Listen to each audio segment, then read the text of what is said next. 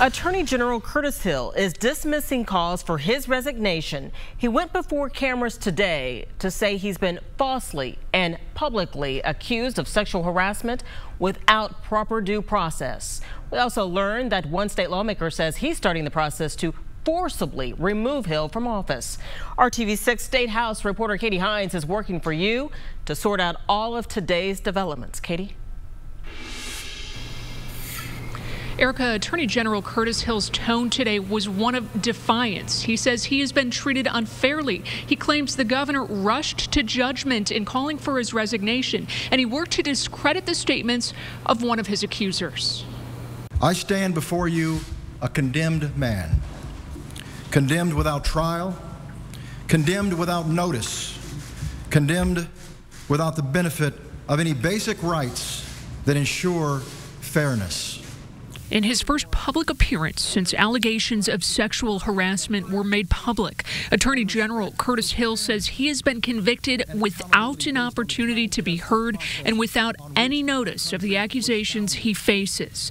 4 women, including Democratic State Representative Mara Candelaria Reardon, have accused Hill of inappropriately touching them at a party at AJ's Lounge back in March. Reardon and another woman wrote op-eds on Friday publicly detailing the alleged behavior. I never dreamed this could happen to me. And yet, here I stand. Hill's statement comes amid calls from the governor and officials on both sides of the aisle to resign. Representative Ed Delaney says he plans to draft a bill this week proposing to start the impeachment process. It's a tough thing, but I think he deserves to be impeached. I have no hesitation about saying that. If the idea were to gain traction, it would require the governor to call a special session, and it would be a first. Butler University Assistant Professor of Political Science Greg Schufelt says no Indiana official has ever been impeached. He says lawmakers could also seek to remove Hill through a joint resolution. The vote is the same, so the politics of it is the same in that it requires a 2/3 vote in each chamber. The difference in an impeachment proceeding is that it is really going to take on the form of a trial while there'll be evidence brought in. Both Governor Eric Holcomb and House Speaker Brian Bosma say they have no comment on the call for impeachment. A week ago today, I had a name, and I want my name back.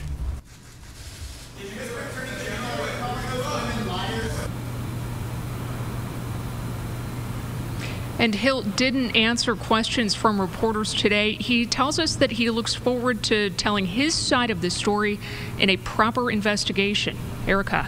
And Katie, Hill has demanded for the Marion County prosecutor to head up that review. Why?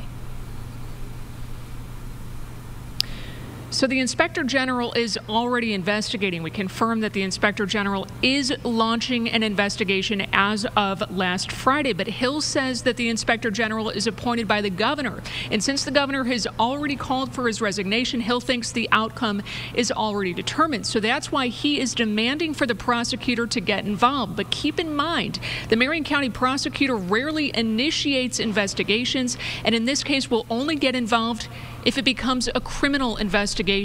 Erica, back to you. All right, Katie Hines live from the State House. Thank you, Katie. And Representative Reardon issued her own statement after Hill's news conference, which said in part, Curtis Hill, through his actions, has betrayed the public trust and lied about his actions to the very citizens he serves. She vowed to continue to cooperate with all investigations.